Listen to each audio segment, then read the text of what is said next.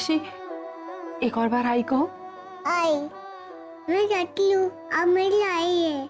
आजी ने मुझे सब बताया और अब मैं आपको आई बुलाऊंगी। Thank you.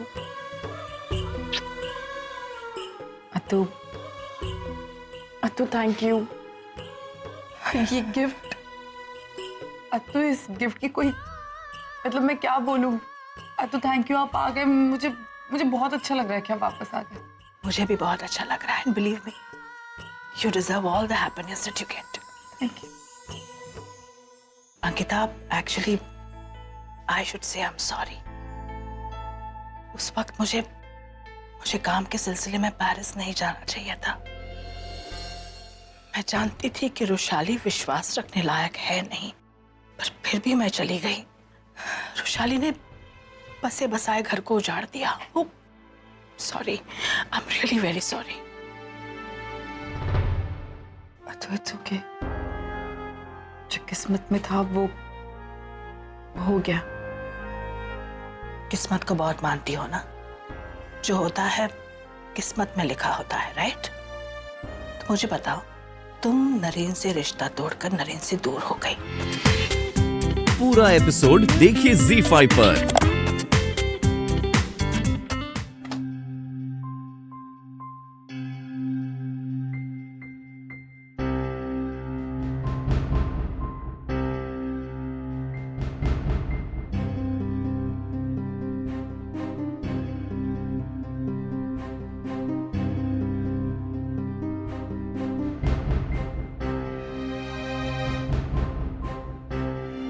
यहाँ पर कुछ ना कुछ तो जरूर मिलेगा मुझे।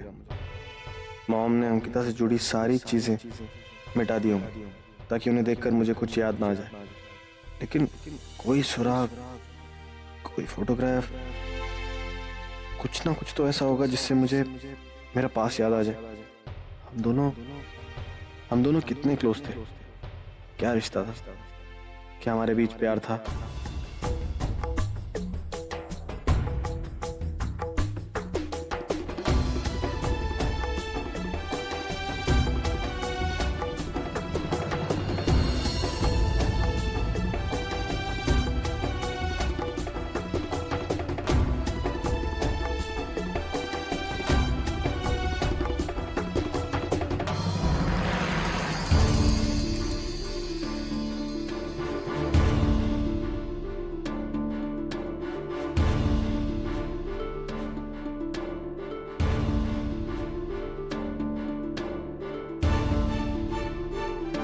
नरेन, तुम यहाँ स्टोर रूम में क्या कर रहे हो? ये क्या है तुम्हारे हाथ में? देखो मुझे क्या मिला। एल्बम? ये अरे तुझ्या आणि अंकिताच्या लग्नाचा अल्बम आहे। Let's see. हो, अगदी लक्ष्मीनारायणाचा जोडा शोभतोय।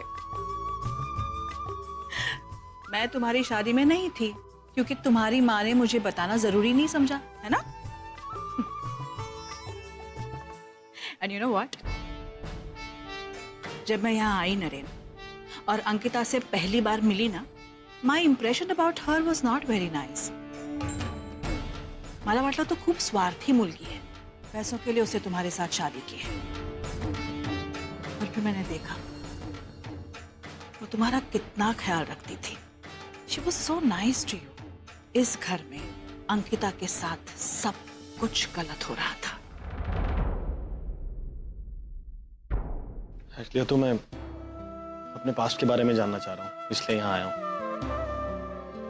कि मेरा और अंकिता का रिलेशन कैसा था। हम दोनों अपनी शादीशुदा जिंदगी में खुश थे, क्या एक दूसरे से प्यार करते थे, ये सारी चीजें अपने पास से खोजना चाह रहा हूँ, इसलिए यहाँ पर आया हूँ। और एक्चुअली अगर पास्ट के बारे में पता लगेगा तभी तो मैं अपने फ्यूचर के बारे में डिसाइड कर पाऊंगा, क्योंकि अब अंकिता आशी के साथ रहना चाहती है एंड आई डोंट ब्लेम हर। वो सारी जिंदगी अकेली रही है और अगर आशी के साथ रहना चाहती है तो सही भी है, but I need to decide कि मुझे क्या करना है। इतना इजीली बोल देता हूँ कि मुझे पास्ट से कुछ याद नहीं है, लेकिन उस बेचारी को तो सब याद है। I wonder what she must be going through, किस हाल में रही होगी और क्या कुछ किया होगा, अपने परिवार से दूर, अपनी बेटी से दूर। क्या हुआ था मेरे साथ, अब कैसी थी जिंदगी, I am just trying to find out. तो एक काम करते हैं, बैठ के कुछ बातें करते हैं। तुम्हारी यादें ताजा करने की कोशिश करती हूं मैं। ओके?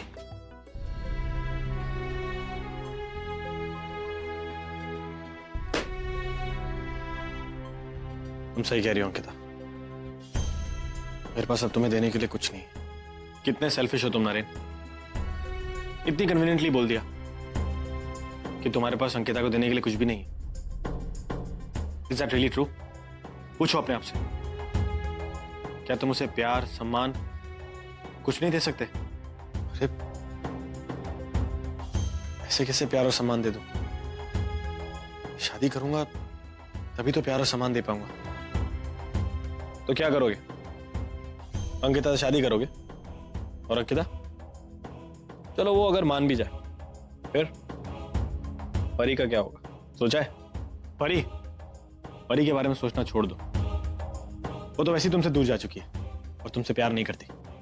अगर प्यार करती तो ये सब नहीं करती तुम्हारे साथ। मुझे कुछ समझ नहीं आ रहा कि मैं क्या करूं और क्या नहीं। आप लोग क्या कराना चाहते हैं मुझसे? जाओ और अंकिता को बोल दो कि तुम्हें उससे शादी करनी है। उसको वो प्यार सम्मान अपना नाम सब कुछ दो। नरेन प्लीज, अंकिता तुम्हारे बच्चे की माँ है और तुम उसके साथ अन्याय नहीं कर सकते। एक माँ को उसकी बेटी से जुदा नहीं कर सकते। इसलिए प्लीज जाके अंकिता को बोल दो कि तुम्हें उससे शादी करनी है। डोंट गेट इमोशनल नरेन, मैं जानता हूं तुम्हें इस बच्ची से बहुत प्यार है, लेकिन याद रखो अंकिता से शादी एक समझौता थी और ये बच्ची का जन्म भी उसी दौरान हुआ। क्या लगता है तुम्हें? हाँ, कैसी लड़की है अंकिता? समझौते के लिए कोई रिश्ता करेगी? समझौते की वजह से तुम्हारे साथ? बिल्कुल नहीं। तुम उसे अच्छी तरह जानते हो, क्या कुछ नहीं किया उसने तुम्हारे लिए। लोगों ने उस पर उंगलियां उठाई, लेकिन फिर भी वो चुप रही। यहां तक कि तुम्हारी खुशी के लिए तुम्हारी जिंदगी से इतना दूर चली गई। इतना कुछ सहा है उसने। तुम अच्छी तरह जानते हो कि वो ऐसी नहीं है, इसलिए मैं जो कह रहा हूं वही करो। जाओ प्लीज यार, कट द क्रैप, और मैं जो कह रहा हूं वही करो। नरेन मेरी बात मानो। मैंने कहा ना नरेन, मैं जो कह रहा हूं वो सही है। Do that. मैंने जो कहा है वही करो। इनफ! मैं जानता हूं मुझे क्या करना है।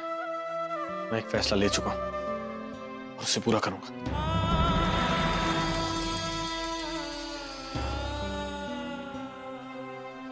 हेलो, मुझे तुमसे मिलना है अभी।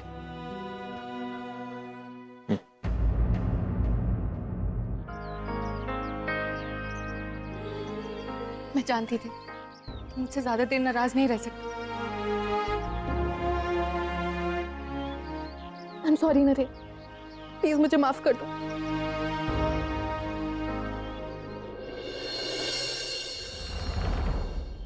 देखो मैं जानती हूँ मुझसे बहुत बड़ी गलती हुई है, लेकिन मुझे एक मौका और दे दो नरेन। हम दोनों मिलके सब कुछ ठीक कर देंगे।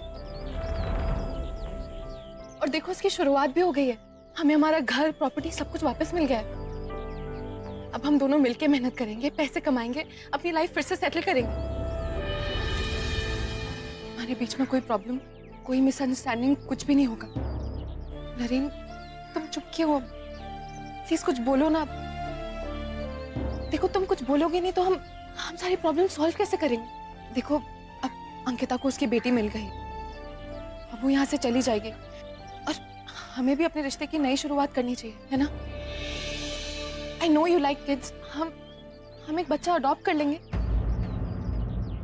आई एम सॉरी, मैं जानती हूँ आशी तुम्हारी बेटी और तुम उससे बहुत प्यार करते हो, लेकिन और कोई ऑप्शन भी तो नहीं है नरेन। अब अंकिता हमारे साथ थोड़ी ना रहेगी।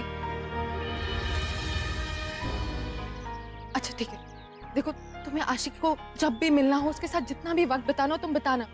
मैं तुम्हें कभी नहीं रोकूंगी, मैं कुछ भी नहीं कहूंगी। और हम अंकिता से कह देंगे कि वो इसी शहर में रहे। अरे तुम क्यों कुछ नहीं बोल रहे हो? प्लीज एटलीस्ट मुझे ये तो बताओ कि तुम क्या सोच रहे हो। तुम अभी भी मुझसे गुस्सा हो? पूरा एपिसोड देखिए ZEE5 पर।